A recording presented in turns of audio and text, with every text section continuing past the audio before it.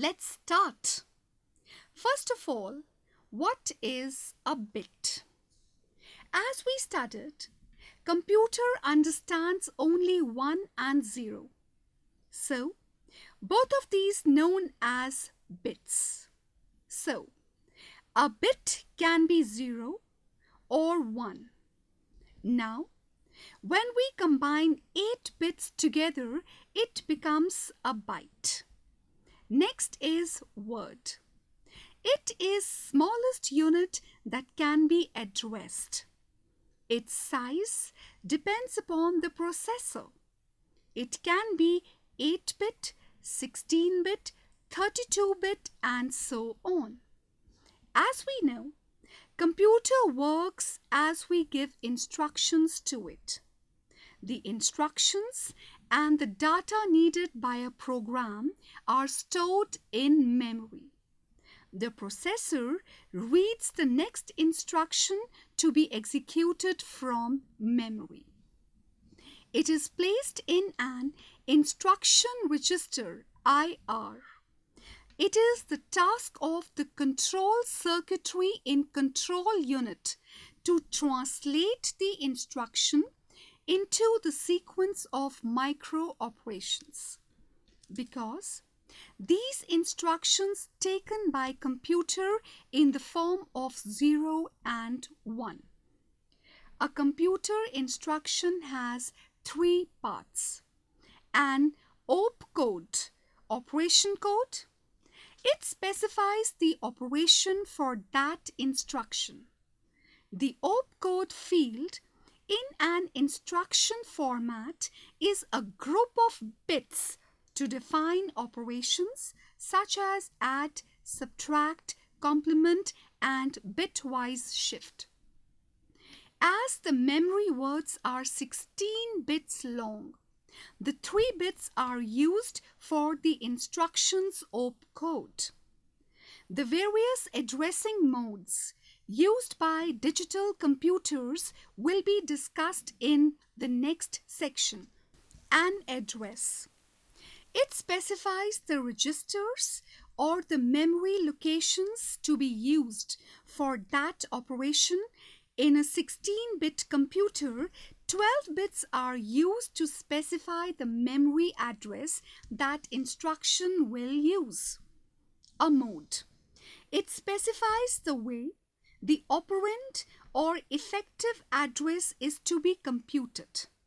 In 16-bit computer, 15th bit of the instruction is used to specify the addressing mode. 0 for direct addressing and 1 for indirect addressing we will study later. It specifies how the address field of instruction will be decoded to get the address of the location to be assessed. Now, these instructions are further categorized. Classification of instructions based on CPU organizations. Classification of instructions based on number of addresses required.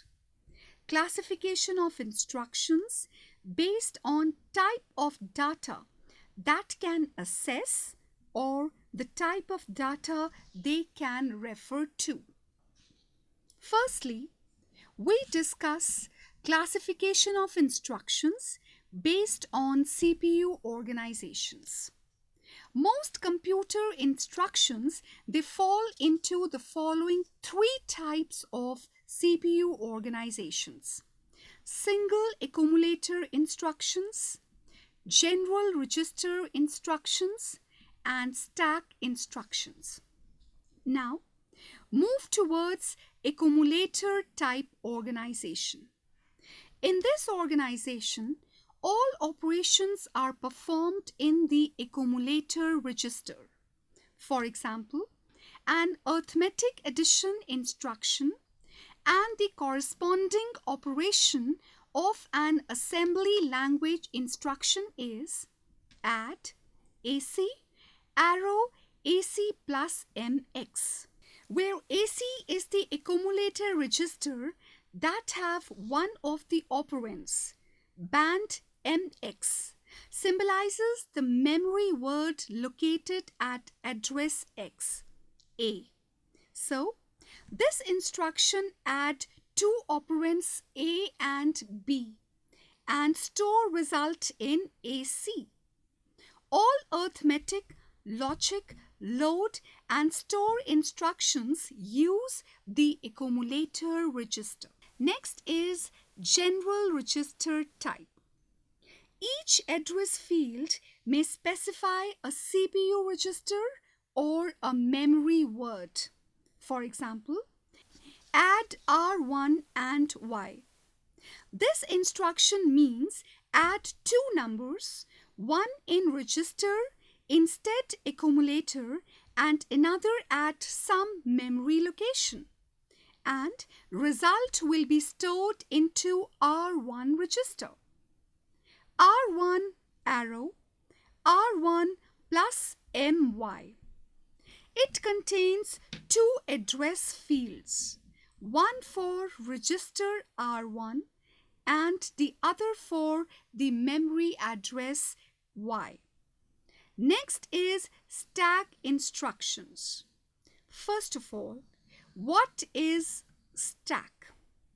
It is a kind of memory that is used to store data.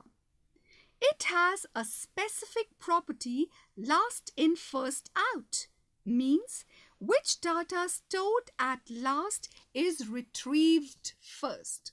Like a stack of bowls.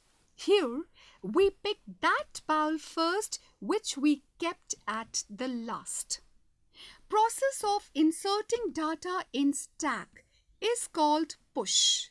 Put a bowl on stack. And process of deleting data from stack is called pop. Remove bowl from stack.